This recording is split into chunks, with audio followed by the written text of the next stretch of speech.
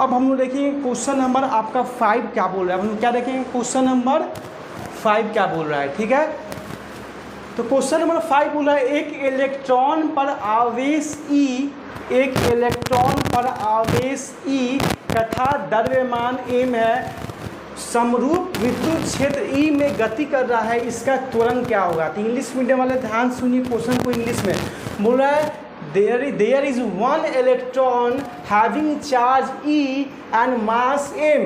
If it will move in the uniform electric field, then what will be its acceleration। मतलब आपका एक electron है जिसका charge E है, जिस पर चार्ज उसका मास m है, उसको यूनिफॉर्म इलेक्ट्रिक फील्ड में मूव कराया जा रहा है। तो बताइए उसका एक्सेलरेशन क्या होगा।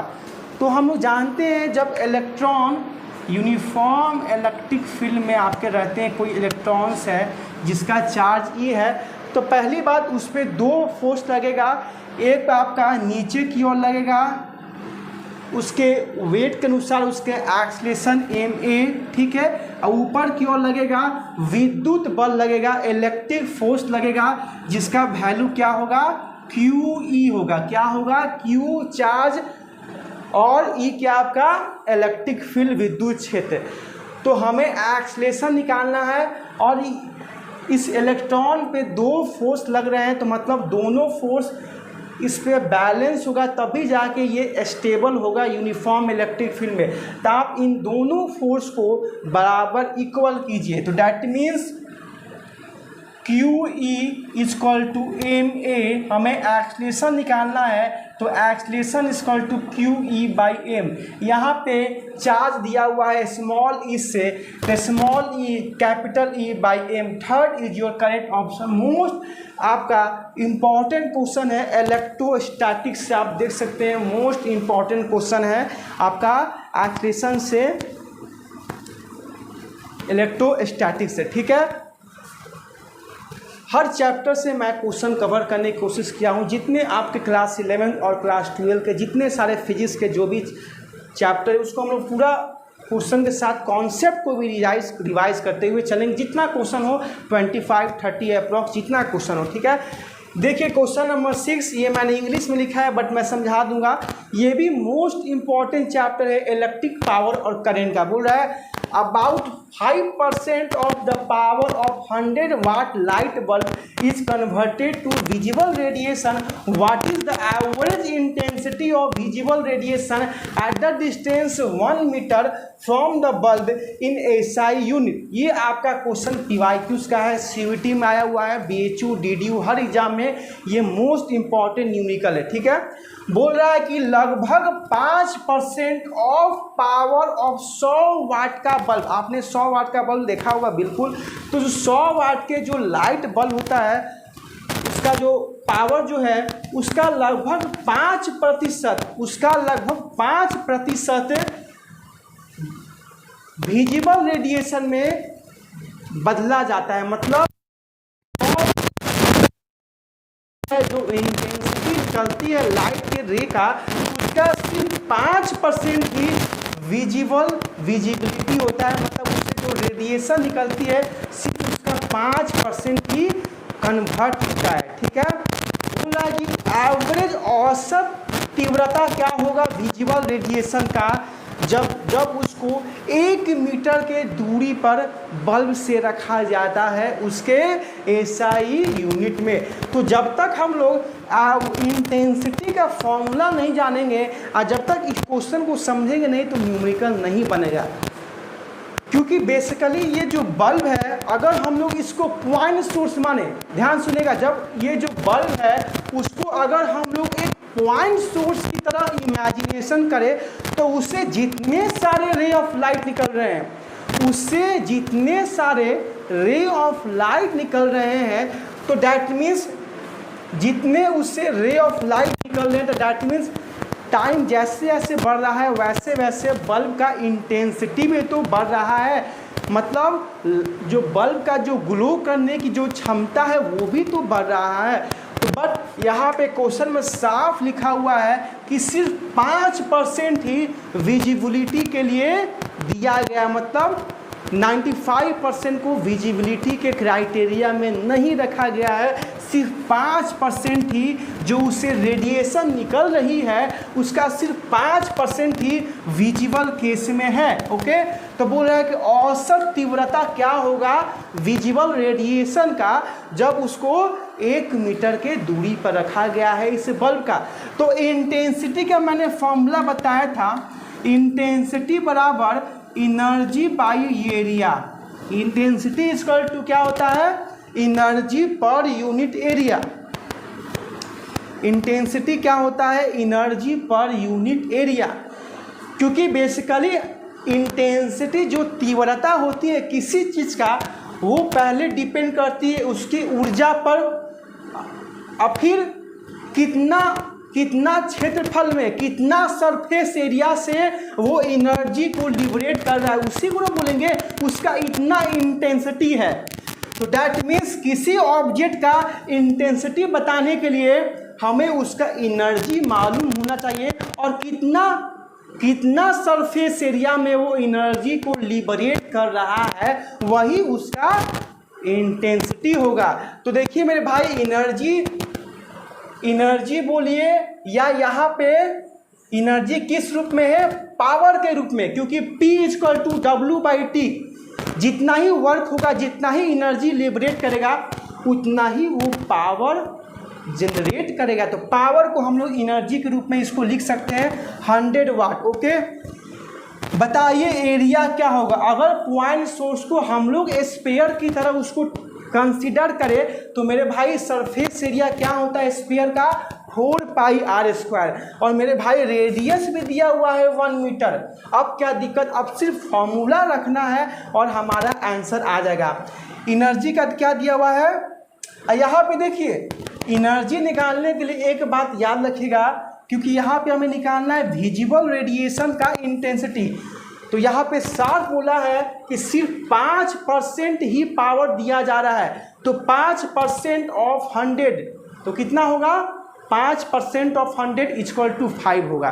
तो 5 पुट कीजिए बटे एरिया 4πr², r का वैल्यू 1 का होल स्क्वायर 1, 5/4π। इसको सॉल्व कीजिएगा, अप्रॉक्स आएगा 3.96 W/m²। इसका यूनिट में इसको अप्रॉक्स आप इक्वल मान सकते हो 4 से। तो ये बेहतरीन लेवल का क्वेश्चन है इलेक्ट्रिक पावर और करंट का। तो देखिए इस बार दो क्वेश्चन लाया, एक लाया इलेक्ट्रोस्टैटिक से और एक लाया करंट इलेक्ट्रिसिटी से। पहला हमने 2 क्वेश्चन कवर किया कैपेसिटेंस से, फिर अगला जो 2 क्वेश्चन आया उसमें थर्मोडायनेमिक्स और एक आपका लाया कैपेसिटेंस से। फिर जब 2 क्वेश्चन लाया तो चैप्टर बदल गया। तो हर चैप्टर का मैं क्वेश्चन आया हूँ जिससे हर जगह आपका माइंड डेविएट हो और हर कॉन्सेप्ट आपका रिकॉल हो जाए जो आपने कंटेंट और कॉन्सेप्ट में पढ़ा है। क्योंकि कल आपका एग्जाम में तो पूरा concept A to Z revise होना चाहिए। तुरंत हम लोग का फॉर्मूला का भी वीडियो आएगा जहाँ पे मैं हर चैप्टर का आपका फॉर्मूला रिकॉल करवा दूंगा, ठीक है। अब हम लोग देखेंगे 6 क्वेश्चन हो गए, अब हम देखेंगे 7वां क्वेश्चन, वो किस चैप्टर से है बेहतरीन रूप से। अब हम लोग देखेंगे बेहतरीन रूप से अपना क्वेश्चन नंबर 7। ये जो है मोस्ट इम्पॉर्टेंट अनएक्सपेक्टेड है, ये आपका लिया गया है फ्लूइड मैकेनिक्स का और ये आपका PDF का भी क्वेश्चन है।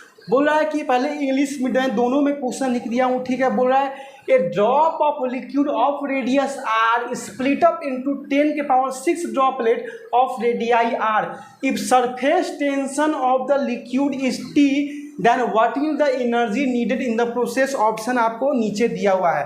हिंदी मीडियम वाले क्या बोल रहा है, द्रव की बूंदे जिसकी त्रिज्या r है वो नन्ही बूंदे 10⁶ में टूट जाता है। अगर पृष्ठ तनाव द्रव का T दिया हुआ है तो ऊर्जा की कितनी आवश्यकता होगी, ये बोल रहा है, जो कि मोस्ट इम्पॉर्टेंट है। अगर आपको आता है तो इसका आंसर कमेंट कीजिए,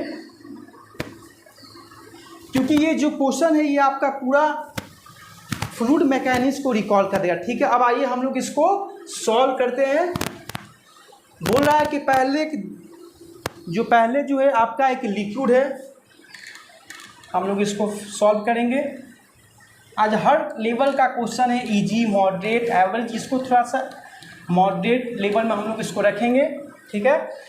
तो बेसिकली एक लिक्विड का बड़ा ड्रॉप है, इसको बना लिए हैं, ठीक है। ये जो है छोटे छोटे बूंदे में, नन्हे नन्हे बूंदे में टूट जाता है 10⁶ ड्रॉपलेट में, यही ना क्वेश्चन बोल रहा है। और सरफेस टेंशन लिक्विड का जो पृष्ठ तनाव है वो कितना दिया हुआ है, T दिया हुआ है। तो बताइए कितना ऊर्जा की आवश्यकता होगी टूटने में, कितना आपको ऊर्जा की आवश्यकता हुआ होगा, ठीक है। कितना आपका एनर्जी की रिक्वायरमेंट हुई होगी। ये आपके ऑप्शन है 4πr²T, 40πr²T, 396 और 99πr²T।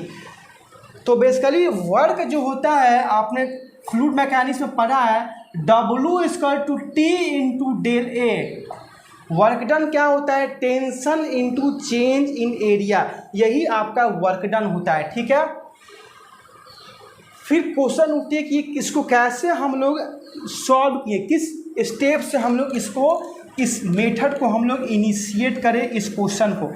तो यहाँ पे देखिएगा, अगर यहाँ पे हम लोग वॉल्यूम कंजर्वेशन लगाएं कि वॉल्यूम कितना भी मेरे भाई ये जो लिक्विड ड्रॉप है छोटे छोटे बूंदे में टूट रहा है, वॉल्यूम तो नहीं ना चेंज हो रहा है, द आयतन। तो वॉल्यूम कंजर्वेशन लगाएं, बड़ा का वॉल्यूम आपका इक्वल होगा छोटे के वॉल्यूम से, तो हमारा ये पहला स्टेप होगा। तो वॉल्यूम ऑफ के क्या होता है, स्क्वायर 4/3πr³। बड़े वाला जो ड्रॉपलेट है उसको हम लोग बड़ा कैपिटल R मानते हैं, छोटे वालों को R। फिर n × 4/3πr³।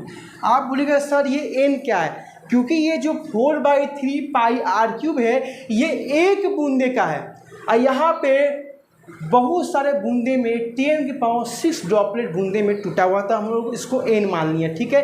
n times into 4/3πr³। 4/3π से 4/3π कट गया, r³ n × r³, ठीक है। अगर हम लोग स्मॉल r का वैल्यू यहाँ से निकालें तो r³/n, r r³/n का पावर 1/3, ठीक है। ये बेसिकली क्या हो जाएगा, r का वैल्यू हो जाएगा स्मॉल r का, ठीक है। अब बताइए ये बड़ा वाला जो ड्रॉपलेट है इसका सरफेस एरिया कितना हो जाएगा, तो बोलिएगा सर 4πr², ठीक है। ये छोटे वाला का n times into 4πr², yes या नो, यस सर। अब आप लोग यहाँ पे r का वैल्यू पुट कीजिए, 4π, r का वैल्यू यहाँ से आप पुट कीजिए, तो r³ और क्या है 1/3 का होल स्क्वायर, ठीक है। तो n × 4πr² n का पावर 2/3, तो 4πr² n 1 - 2/3, तो कितना हो जाएगा 1/3 हो जाएगा। ये आपका सेकेंड इक्वेशन। यहाँ पे देखिए हम लोग बेसिकली r का वैल्यू पुट किए हैं, आपको कोई यहाँ पे डाउट नहीं होना चाहिए। यहाँ पे सिर्फ हम लोग r का जो है वैल्यू पुट किए हैं, क्या यहाँ पे बेसिकली आपका r का वैल्यू आएगा, यहाँ पे हम लोग ने पुट किया है, ठीक है। अब बेसिकली हम लोग देखेंगे हमें वर्क डन निकालना है, तो work done = tension into del A, yes. तो del A का वैल्यू मतलब change in area, change in area क्या होगा, ये आपका A2 है, ये आपका 4πr² A1 है, तो A2 - A1 करेंगे, टेंशन को T रहने दीजिए क्योंकि लिक्विड का टेंशन T दिया हुआ है, del A माइनस कीजिए 4πr² n के power 1/3 minus 4πr², 4πr² common कर लीजिए आप, तो आपका बचेगा n 1/3 - 1, ठीक है। 4πr² इंटू T ब्रैकेट में n 1/3 - 1, ये आपका बच गया। वर्क डन का formula tension into del A, ठीक है। अब यहाँ पे देखिए आपका n का वैल्यू दिया हुआ है, नंबर ऑफ ड्रॉपलेट कितना दिया हुआ है 10⁶, तो 10⁻6 का 1/3, 10⁻2 मतलब 10 का स्क्वायर -1, ठीक है। तो 10 का स्क्वायर -1 मतलब 99, और 99 4 कितना हो जाएगा 396 4πr²T, जो करेक्ट ऑप्शन। 32 लेवल का क्वेश्चन था कि कितना इसका आंसर हो जाएगा 396 4 pi 396 into 4 pi r square t आपका क्या हो जाएगा, यहाँ पे सही ऑप्शन इसका हो जाएगा 396 4 पाई आर स्क्वायर टी आपका जो है सही ऑप्शन हो जाएगा। तो बेहतरीन लेवल का आपका ये क्वेश्चन था फ्लूइड मैकेनिक्स का क्वेश्चन नंबर 7। अब हम लोग देखेंगे क्वेश्चन नंबर 8 देखेंगे, यह आपका न्यूमेरिकल क्वेश्चन था। हम देखेंगे अब हम लोग देखेंगे क्वेश्चन नंबर 8। ये क्वेश्चन जो है लिया गया है मोस्ट इम्पॉर्टेंट आपका साउंड और वेव चैप्टर का। बोल रहा है कि work done, question number basically 9 लिया गया है साउंड और वेव से। क्वेश्चन नंबर जो 8 है वो आपका लिया गया है किस चैप्टर से बताइए, एटॉमिक फिजिक्स से लिया गया है। बोल रहा है work done on an electron revolving around the nucleus in H atom in one complete cycle. तो जब भी वर्क डन पूछे और एक कंप्लीट साइकिल में पूछे, आँख मूंद कर जीरो लगा देना है, क्योंकि ये अगर क्वेश्चन एटॉमिक फिजिक्स का हो या आपका अल्टरनेटिंग करंट का हो, प्रत्यावर्ती धारा का हो, जब भी एक कंप्लीट साइकिल में पावर पूछे या वर्क डन पूछे वो बेसिकली क्या होता है, जीरो होता है। यहाँ पे कोई इसका मतलब नहीं है 13.6 माइनस 13.6, ये बेसिकली जो 13.6 ईवी है इलेक्ट्रॉन वोल्ट, बेसिकली ये एनर्जी की रिक्वायरमेंट होती है हाइड्रोजन स्पेसिस लाइक एटम को जब वो अपने एक ऑर्बिट से दूसरा ऑर्बिट में जाता है तब, ठीक है। बट यहाँ पे वर्क डन पूछा और एक कंप्लीट साइकिल लिख दिया तो जीरो इसका आंसर हो जाएगा, ठीक है। मोस्ट इंपॉर्टेंट क्वेश्चन आपका था एटॉमिक फिजिक्स का, ठीक है। अगर इससे वेलोसिटी पूछ दिया जाए तो वेलोसिटी का फॉर्मूला होता है ZE²/2E0H, ठीक है। मतलब जो वेलोसिटी अगर पूछ देता तो इसका होता है Z क्या है, एटॉमिक नंबर, E क्या है, charge of electron divided by 2 epsilon not NH, NH क्या है, एंगुलर मोमेंटम का क्वांटाइजेशन, ठीक है। अगर रेडियस पूछ दिया जाता है तो उसका फॉर्मूला होता है 0.53 इंटू n²/z। ये फॉर्मूला को मैं रिकॉल करते हुए चल रहा हूँ कि आपको फॉर्मूला भी, इसके अलावा अगर और क्वेश्चन पूछ दे तो हम लोग क्या फॉर्मूला लगाएंगे। अगर त्रिज्या पे पूछ दे तो त्रिज्या का फॉर्मूला होता है 0.53 इंटू n²/z। n क्या होगा, नंबर ऑफ ऑर्बिटल्स एटम, और z क्या है, उसका नंबर ऑफ प्रोटॉन्स की संख्या, ठीक है। तो ये r और v का रिलेशन याद रखेगा, ठीक है। यहाँ पे देख रहे हैं वेलोसिटी और z जो है डायरेक्टली प्रोपोर्शनल है, यहाँ पे रेडियस और z इनवर्सली प्रोपोर्शनल है, तो ये बात को आप याद रखिएगा, ठीक है। ये दोनों फॉर्मूला वेलोसिटी का शॉर्ट फॉर्म में याद रखिएगा 2.18 इंटू 10⁻18 इंटू z/n, ठीक है। क्योंकि हमें बेसिकली z/n के रेशियो से ही मतलब रखना है। Velocity directly proportional to z/n और radius directly proportional to n²/z, ये दोनों को आप याद रखिएगा, ठीक है। अब आइए क्वेश्चन नंबर 9 में बोल रहा है किसी गैस में ध्वनि का वेग निर्भर करता है, मतलब इंग्लिश मीडियम वाले बोल रहा है in the gas system the speed of the sound depend on, पहला ऑप्शन बोल रहा है केवल इनके तरंग धैर्य पर, मतलब it only depend on it's wavelength, okay. Second option बोल रहा है गैस के घनत्व और प्रत्यास्थ पर, मतलब it depend on the density and elasticity of the gas. Third option ध्वनि की तीव्रता पर, मतलब intensity of the sound, okay. Fourth option बोल रहा है आयाम और आकृति पर, मतलब इंटेंसिटी और एम्पलीट्यूड पर। तो किसी गैस में जो साउंड का जो स्पीड होता है वो किस में डिपेंड करता है बताइए। सबसे पहले मुझे बताइए कि जो साउंड जो है सबसे ज़्यादा किस में मैक्सिमम स्पीड से ट्रैवल करता है, तो आप बोलोगे सर सॉलिड में, फिर लिक्विड में, फिर गैस में, ओके। यही इसका सीक्वेंस ऑर्डर होता है। तो यहाँ पे जो गैस में जो ध्वनि का जो वेग होता है, मैंने जब साउंड वेव पढ़ाया था तो आपको बताया था वेलोसिटी का formula, velocity is equal to √p⁻ρ। ये मैंने फॉर्मूला बताया था कि इन्हें Laplace equation velocity is equal to √p⁻, where gamma क्या होता है, रेशियो होता है molar specific heat at constant Cp बाई molar specific heat at constant Cv। ये दोनों का रेशियो होता है गामा, ठीक है। और रो क्या है आपका, डेंसिटी होता है, मतलब ये गैस के डेंसिटी और इलास्टिसिटी पर ही डिपेंड करता है। इलास्टिसिटी मेरे भाई बताएगा कितना ये ज़्यादा रिजिड है, कितना इसमें फर्मली अटैच है, ठीक है। तो ये जो सेकेंड ऑप्शन जो है वो आपका करेक्ट ऑप्शन हो जाएगा साउंड वेव का। अब हम लोग देखेंगे क्वेश्चन नंबर 10।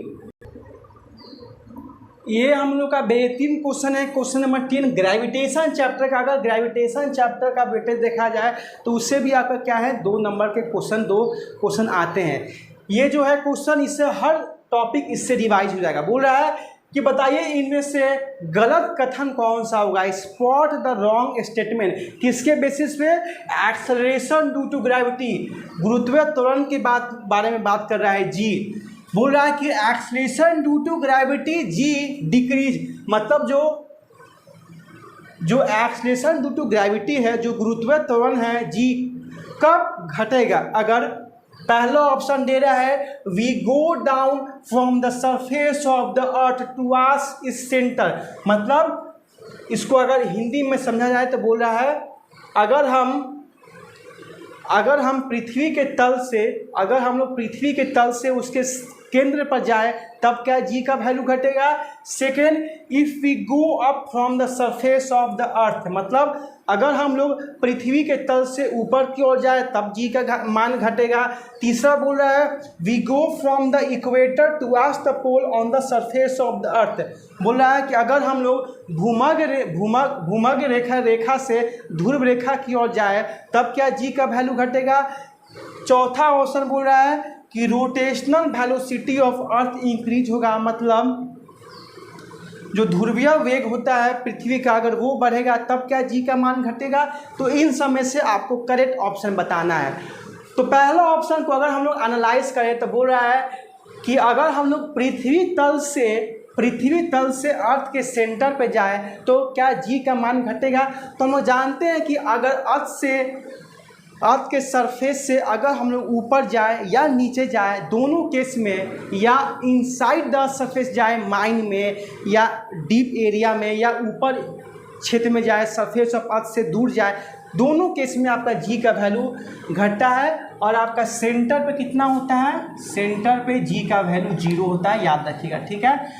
तो ये बोल रहा है कि रॉन्ग स्टेटमेंट आपको बताना है, ठीक है। तो ये बिल्कुल सही बोल रहा है, अगर हम लोग सरफेस ऑफ अर्थ नीचे से उसके केंद्र पर जाएंगे तब भी जी का वैल्यू आपका घटेगा ही, ठीक है। अगर हम लोग पृथ्वी तल से ऊपर जाएंगे तब भी जी का वैल्यू घटेगा, सही बोल रहा है। Third option we go from equator to the pole, मतलब अगर हम लोग भूमध्य रेखा से ध्रुव की ओर जाए तो क्या जी का वैल्यू घटेगा।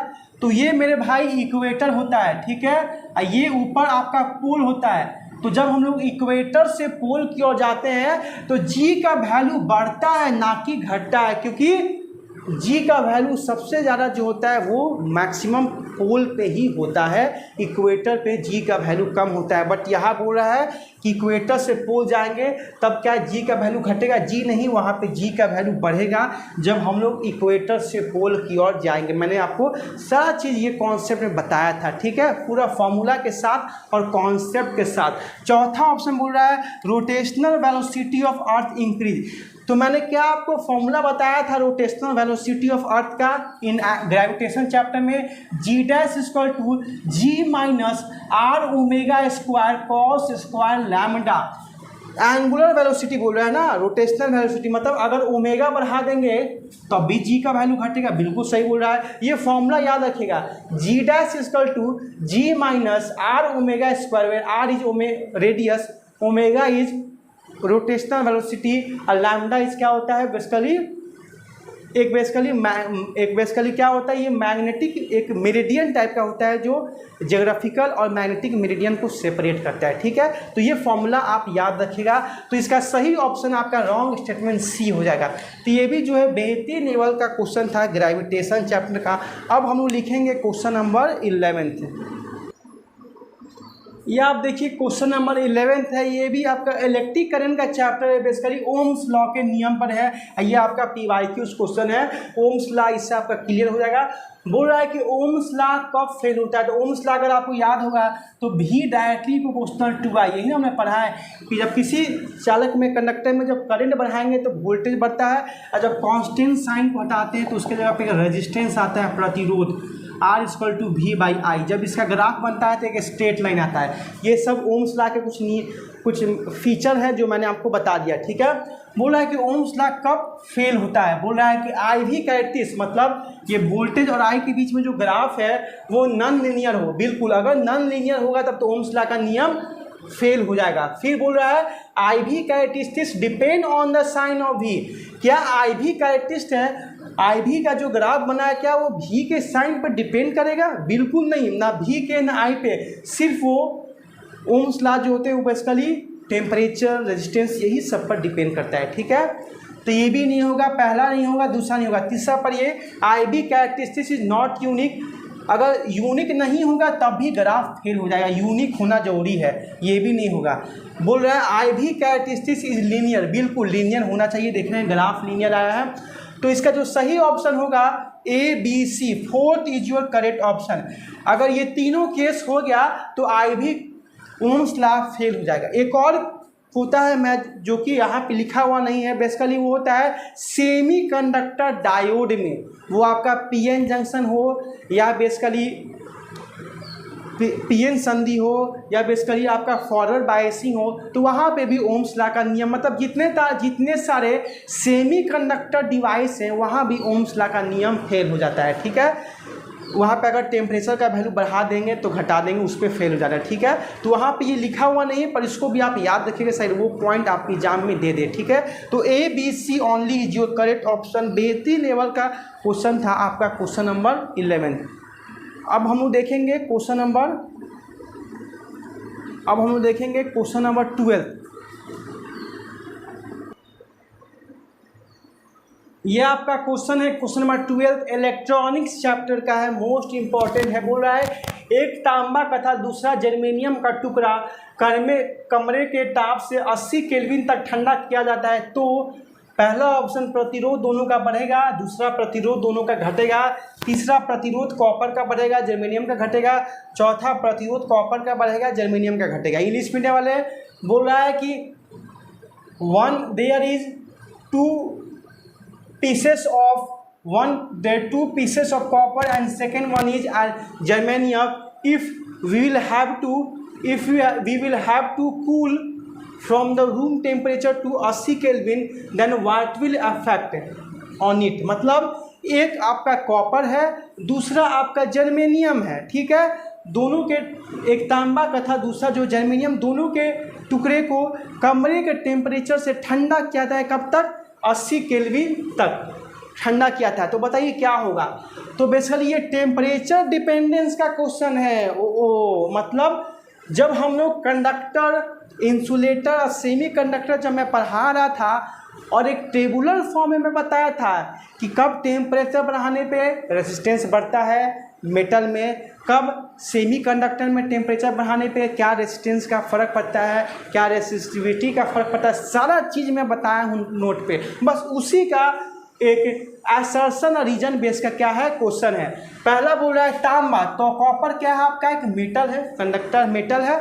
और बेसिकली जर्मेनियम क्या है आपका? एक सेमी कंडक्टर है, अर्धचालक है कि नहीं। तो जब कंडक्टर पे जब हम लोग टेम्परेचर को कूल करते हैं तो उसका प्रतिरोध क्या होता है? ठंडा होता है। तो कॉपर का तो घटेगा बिल्कुल, और जर्मेनियम का बढ़ेगा, क्योंकि जर्मेनियम सेमी कंडक्टर है, उस पर टेम्परेचर ठंडा करने पर उसका इन्वर्सली रिलेशन आता है। अगर टेम्परेचर कम कीजिएगा तो उसका रेजिस्टेंस बढ़ेगा। तो third is your correct option, most important question of your electronics. तो आज का क्वेश्चन का लेवल सुपर है, हर क्वेश्चन लेवल अपने में ही बहुत बड़े, हर कॉन्सेप्ट को आपको रिकॉल करवा दे रहे हैं, ठीक है। अब हम लोग देखेंगे, ये हमारा क्वेश्चन है बेहतरीन का, बेसिकली क्या है? पीएन जंक्शन डायोड का क्वेश्चन है, न्यूमेरिकल क्वेश्चन है, फिगर बेस का ऐसा क्वेश्चन आ सकता है। करंट पूछ रहा है, पीएन संधि का देख रहे हैं, ये पी है पॉजिटिव, ये पी है जहाँ पे बोल सकते हैं, ये एन है, पी साइड ये आपका एन साइड है। और ये बेसिकली यहाँ पे देख रहे हैं कि इसको सर्किट में लगाया गया है ईएमएफ सोर्स के द्वारा। यहाँ पे एक रजिस्टर है 100 ओम का, यहाँ पे 1 वोल्ट है, यहाँ पे 2 वोल्ट है। मैंने जब आपको पीएन जंक्शन पढ़ा था, 2 चीज़ बताया था, एक फॉरवर्ड बायसिंग, एक रिवर्स बायसिंग। बोला था कि रिवर्स बायसिंग का करंट का वैल्यू हमेशा 0 आता है, क्योंकि वहाँ पे जो पी साइड होता है वो नेगेटिव टर्मिनल से होता है और जो एन साइड होता है वो पॉजिटिव टर्मिनल से होता है। मैंने बताया था कॉन्सेप्ट में। सिर्फ हम लोग फॉरवर्ड बायसिंग का ही करंट निकाल सकते हैं, क्योंकि फॉरवर्ड बायसिंग में पी साइड जो होता है वो पॉजिटिव टर्मिनल से कनेक्ट होता है और एन साइड नेगेटिव टर्मिनल से। यहाँ पे बताइए किसका वोल्टेज ज़्यादा है, मतलब कहाँ से करंट फ्लो होगा। ये देखिए 1 वोल्ट है, मतलब ये कम है, 2 वोल्ट ज़्यादा है, तो डैट मीन्स ये 2 वोल्ट ज़्यादा है, ये 1 वोल्ट कम है, ठीक है। बट यहाँ पे देख रहे हैं पीएन डायोड को, तो यहाँ पे देख रहे हैं कि जो पी साइड जो है वो नेगेटिव टर्मिनल के साथ कनेक्ट है और एन साइड पॉजिटिव से है। ये तो मामला ही बिगाड़ दिया, क्योंकि पी साइड को पॉजिटिव से कनेक्ट होना चाहिए और एन को नेगेटिव से, बट यहाँ पे पी जो है नेगेटिव से कनेक्ट है क्योंकि 1 वोल्ट कम है और जो एन साइड है वो ग्रेटर से कनेक्ट है, ठीक है। तो ये आपका कैसा सर्किट है, रिवर्स बायसिंग में है और रिवर्स बायसिंग में करंट का वैल्यू 0 होता है। तो ये भी मोस्ट इंपॉर्टेंट क्वेश्चन था पीएन संधि से, किससे था, पीएन जंक्शन से था। अब हम लोग देखेंगे क्वेश्चन नंबर 14। क्वेश्चन नंबर 14 आइए देखा जाए क्या बोल रहा है। Given below are the 4 logic gate. Logic gate से भी क्वेश्चन आता है। लॉजिक गेट सिंबल है, बताना है कि इसमें से कौन सा आपका और गेट है, कौन सा नॉर गेट है, कौन सा नैन गेट है, इन सब में से आपको बताना है। लॉजिक गेट का क्वेश्चन भी हम लोग देखेंगे। तो मैंने लॉजिक गेट भी खूब बेहतरीन रूप से क्लास में पढ़ाया था। तो देखिए ये जो आपका है बेसिकली ये आपका जो है और गेट है, बिल्कुल और गेट है सर। ये जो है नॉर गेट है क्योंकि यहाँ पे नॉट का साइन है, ये आपका NOR gate, not gate, NOR gate है। नैन गेट कौन सा है मेरे भाई, ये एंड है, ये नैंड है, ठीक है। तो इसका जो आंसर हो जाएगा वो क्या हो जाएगा, बताना है। और नॉर गेट में से कौन सा बेसिकली बताना है। तो जो यहाँ पे देख लीजिए ऑप्शन 1 2 3 4 में आपका 1 2 4 जो है बेहतरीन रूप से जो है सही ऑप्शन हो जाएगा। और के लिए बेसिकली 1 हो जाएगा, नॉर के लिए आपको 2 हो जाएगा, अब बेसिकली नैन के लिए क्या हो जाएगा 4 हो जाएगा। तो 1 2 4 जो इसका है बेहतरीन आंसर है 1 2 4, यही और नॉर नैन गेट का ये हो जाएगा। तो फिगर बेस पे भी ऐसा भी क्वेश्चन आ सकता है, इससे जिस तरह का क्वेश्चन है आप इसको बना सकते हैं। तो ये क्वेश्चन आने का एक ही मोटो है कि आपका लॉजिक गेट रिवाइज हो जाए, ठीक है। लॉजिक गेट टॉपिक आपका रिवाइज हो जाए। अब हम लोग देखेंगे क्वेश्चन नंबर 5। ये आपका क्वेश्चन है रेडियो एक्टिविटी से न्यूक्लियर फिजिक्स से, ठीक है। हाफ लाइफ टाइम से इससे भी क्वेश्चन बेहतरीन लेवल के आते हैं। ये क्वेश्चन आया हुआ है, दोनों लेवल बाइलिंगुअल में मैं लिख दिया हूँ। बोल रहा है 2 घंटे के पश्चात एक निश्चित रेडियो एक्टिव समस्थानिका की प्रारंभिक मात्रा का 1/16 भाग शेष बच जाता है। तो बताइए इस समस्थानिक का अर्ध आयु क्या होगा। इंग्लिश मीडियम वाले बोल रहा है after 2 hour of starting amount of certain radioactive isotope remain undecay is. यहाँ पे 2 आवर 1/16 पार्ट यहाँ पे लिख लीजिएगा। After 2 hour of 1/16 part of starting amount of certain radioactive isotope remain undecay then half life period will be. Half life period will be how much, कितना होगा, वही पूछ रहा है। तो देखिए मैं आपको इसका ट्रिक्स बताया था क्लास में। बोल रहा है कि 2 घंटे के बाद, पहले तो उसको मिनट में बदलिए क्योंकि आपका ऑप्शन मिनट में बोल रहा है। तो 2 घंटे मतलब 120 मिनट, ठीक है।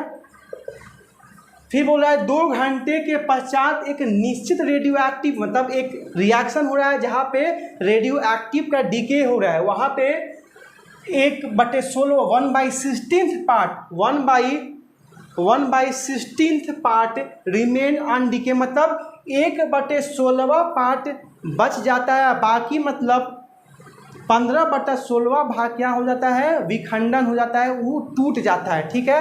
तो 1/16 भाग बच जाता है। तो मैं इसका क्या ट्रिक्स दिया था, पहले 1 मानिए तो पहला हाफ लाइफ में 1/2 होगा, सेकेंड हाफ लाइफ में 1/4, तीसरा हाफ लाइफ में 1/8, चौथा हाफ लाइफ में 1/16। मतलब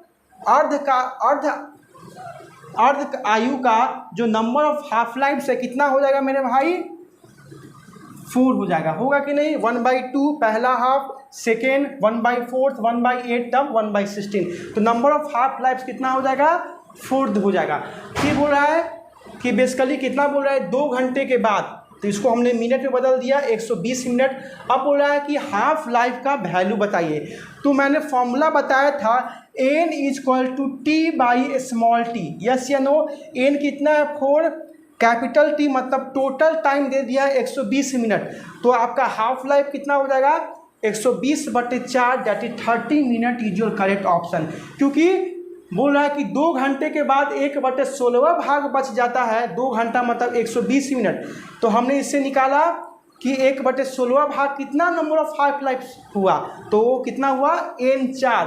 अब बस 120 मिनट के बाद ना, तो हाफ लाइफ कितना हो जाएगा 30 minute is your correct option. बेहतरीन लेवल का क्वेश्चन था रेडियो एक्टिविटी से, न्यूक्लियर फिजिक्स से। अब देखेंगे हम लोग क्वेश्चन नंबर 16। देखिए क्वेश्चन नंबर 16 ये आपका फ्री इलेक्ट्रोस्टैटिक्स से मोस्ट इजी क्वेश्चन है। बोल रहा है कौन सा नियम है जो 2 चार्जों के बीच में जो बल लगता है वो कौन सा लॉ उसको डिफाइन करता है। एम्पियर लॉ तो होगा नहीं। एम्पियर लॉ बेसिकली कहाँ आता है, एम्पियर लॉ आता है एम्पियर सर्क्यूटल लॉ। आपने पढ़ा होगा मैग्नेटिक इफेक्ट में integral of B.dl = μ0 × I। Ohm's law अभी हमने पढ़ा V = IR। Third Faraday law. Faraday law आपका आता है विद्युत चुंबकीय प्रेरित्र में, इलेक्ट्रोमैग्नेटिक इंडक्शन में, जब बेसिकली मैग्नेट की वजह से या क्वाइल की वजह से जब किसी में चार्ज या विभव इलेक्ट्रोमोटिव फोर्स जब इंड्यूस होता है तो वहाँ पे फैराडे लॉ ने नियम दिया था। तो हमने तीनों लॉ को एक्सप्लेन भी कर दिया। चौथा कुलाम्स लॉ, यही कुलाम्स लॉ ही करेक्ट ऑप्शन होगा, जो कि 2 चार्ज के बीच में जितना फोर्स लगेगा उसका रिलेशन दिया था Coulomb's law. F = kq1 × q2/r²। Okay, तो क्वेश्चन नंबर 16 का ऑप्शन आपका 1 हो जाएगा, 4th हो जाएगा। ठीक है, अब आइए क्वेश्चन नंबर 17 मोस्ट इंपॉर्टेंट, इस पर डबल स्टार लगा दीजिए इलेक्ट्रोस्टैटिक का। ठीक है, एक बिंदु आवेश को एक पृथकृत धात्विय गोलीय कोश के केंद्र पर रखा गया है तो गोले के बाहर विद्युत क्षेत्र शून्य होगा, गोले के अंदर विद्युत क्षेत्र शून्य होगा, गोले पर कुल प्रेरित आवेश शून्य होगा। और चौथा ऑप्शन गोले के अंदर विद्युत विभव शून्य होगा। इंग्लिश मीडियम वाले बोल रहा है a point charge is placed on the center of the insulated metallic surface, then पहला ऑप्शन गोले के बाहर विद्युत क्षेत्र शून्य होगा, मतलब electric field outside the insulated metallic surface 0, फिर electric field inside the metallic insulated 0, या गोले पर कुल प्रेरित आवेश शून्य होगा, मतलब induce charge on the net electric charge is 0। Fourth option electric potential inside the metallic surface is 0। इन सब में से आपको चूज करना है। तो ये सपोज कीजिए ये आपका एक मेटालिक सरफेस है जिसके एक सेंटर पर चार्ज रखा गया है। ठीक है, तो हम लोग जानते हैं कि जो इंसुलेटेड जो मेटालिक सरफेस है या किसी तरह का बेसिकली कंडक्टर है, चालक है, उस पर जो चार्ज आवेश होता है, चालक की मैं बात कर रहा हूँ, ये बेसिकली इंसुलेटर है। इंसुलेटर में तो आप कहिएगा कि सर इंसुलेटर में तो electric field inside the hollow conductor inside the insulator वो 0 होता है क्योंकि वहाँ पे कोई चार्ज नहीं होता है। बट यहाँ पे भाई क्वेश्चन में दिया हुआ है कि आप इंसुलेटेड मेटालिक सरफेस के अंदर चार्ज रखो तो कैसे इलेक्ट्रिक फील्ड 0 होगा। तो मतलब गोले के अंदर तो विद्युत क्षेत्र 0 होगा नहीं। हम लोग जानते हैं कि जो इलेक्ट्रिक चार्ज होता है वो रिसाइड करता है सरफेस पर, ये तो हम लोग बिल्कुल जानते हैं। कोई भी चालक हो, कोई भी इंसुलेटेड हो, जो भी चार्ज कलेक्शन होता है वो उसके सरफेस पर होता है। ठीक है, ड्यू टू रिपल्सिव फोर्स। ठीक है, तो ये दोनों ऑप्शन तो होगा नहीं। तीसरा ऑप्शन पर ये गोले पर कुल प्रेरित आवेश शून्य होगा, बिल्कुल नेट इंड्यूस चार्ज जो आवेश जो प्रेरित होगा गोले पर वो आपका शून्य होगा इन द जब किसी पॉइंट चार्ज को एक इंसुलेटेड मेटालिक सरफेस में रखा गया है तो उसके सेंटर पर तो जो नेट इंड्यूस चार्ज होगा, जो नेट इंड्यूस चार्ज ध्यान से समझिए, जो नेट रिजल्टेंट प्रेरित आवेश होगा वो 0 होगा, ना कि उसके बाहर वाले सरफेस पे चार्ज जीरो होगा। जो उस पे चार्ज इंड्यूस होगा ना, जो बाहर से जो चार्ज आएंगे वो प्लस माइनस मिलकर जीरो कर देंगे, ठीक है। तो third is your correct option. Fourth बोल रहा है गोले के अंदर विद्युत विभव मतलब इलेक्ट्रिक पोटेंशियल जीरो, ये गलत बोल रहा है। गोले के अंदर इलेक्ट्रिक पोटेंशियल आपका कांस्टेंट यूनिफॉर्म रहेगा। तो ये दोनों क्वेश्चन अपने में जबरदस्त टेबल का क्वेश्चन था इलेक्ट्रोस्टैटिक्स। अब देखेंगे हम नेक्स्ट क्वेश्चन, क्वेश्चन नंबर 18 और 19, ठीक है। बेहतरीन लेवल का क्वेश्चन है। क्वेश्चन नंबर 18 आपका फ्लूइड मैकेनिक्स का, फिर से फ्लूइड मैकेनिक्स का ना, ये आपका इलेक्ट्रोस्टैटिक्स है, पर क्वेश्चन काफ़ी दोनों का मिक्स आउट है। देखिए बोल रहा है एक साबुन के बुलबुले जिसका विभव 16 वोल्ट है, जिसकी त्रिज्या r है, अगर उसकी त्रिज्या दुगनी की जाए तो बुलबुले का नया विभव क्या होगा। इंग्लिश मीडियम वाले क्या बोल रहा है कि a small bubble, a soap bubble whose potential is 16 volt and its radius is r, if radius will twice then what will be the new potential। तो पोटेंशियल का क्या फॉर्मूला होता है, v इक्वल टू, बताइए formula, v equal to के Q by are होता है कि नहीं, जब किसी दूरी या डिस्टेंस की बात हो तो, ठीक है। या बोल रहा है कि दुगनी की जाए, मतलब अगर उसकी त्रिज्या दुगनी की जाए तो देख रहे हैं उसका इन्वर्सली प्रोपोर्शनल रिलेशन है। अगर ये ट्वाइस हो जाएगा तो पहले पोटेंशियल 16 वोल्ट है, अगर ये ट्वाइस हो गया तो ये आधा हो गया, 8 volt is your correct option. बेहतरीन लेवल का क्वेश्चन था क्वेश्चन नंबर 18। अब आइए क्वेश्चन नंबर 19 में।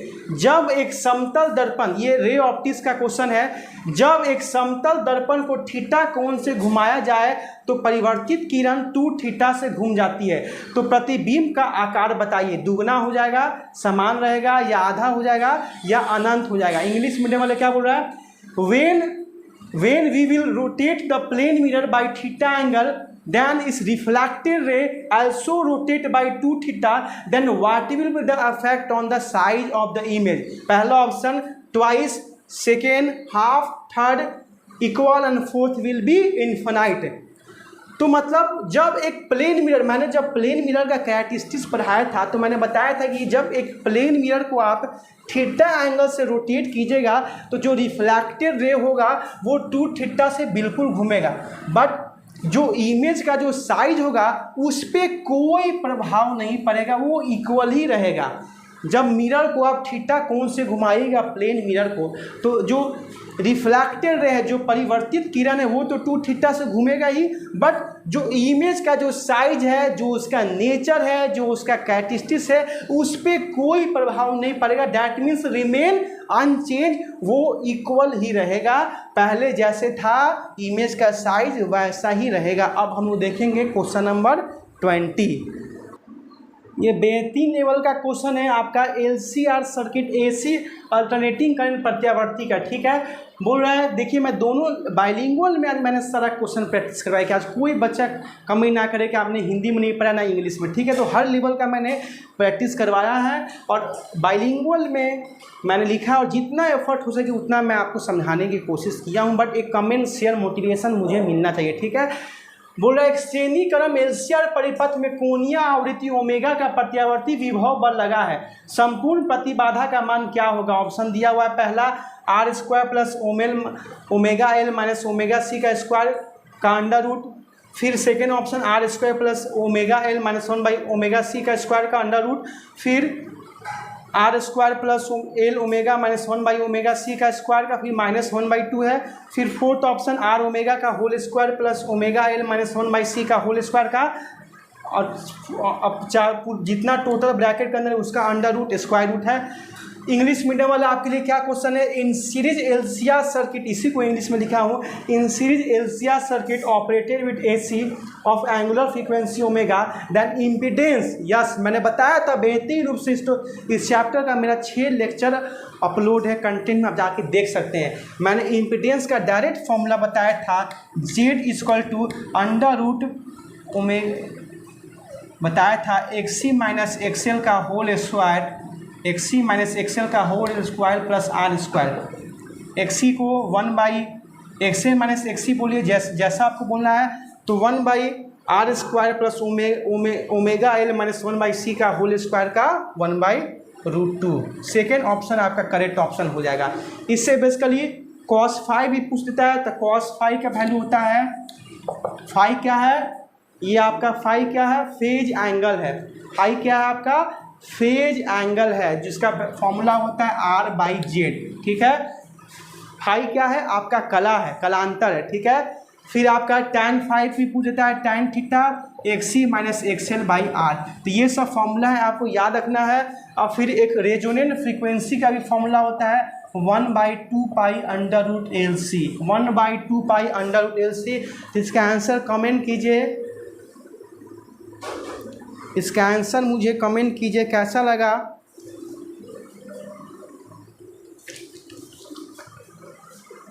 एक हम लोग और लास्ट क्वेश्चन देख लेते हैं, उसके बाद क्लास को एंड करेंगे, फिर फॉर्मूला को रिकॉल करेंगे, ठीक है।